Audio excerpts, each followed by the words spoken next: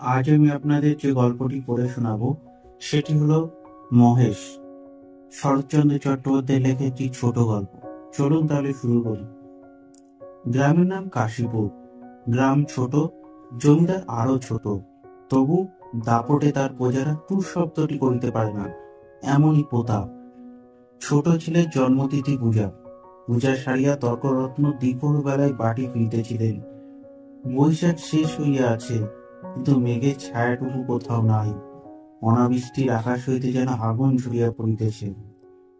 সম্মুখের দিগন্তজোড়া মাঠখানা জ্বলিয়া পুড়িয়া ফুটি ফাটা হইয়া আছে।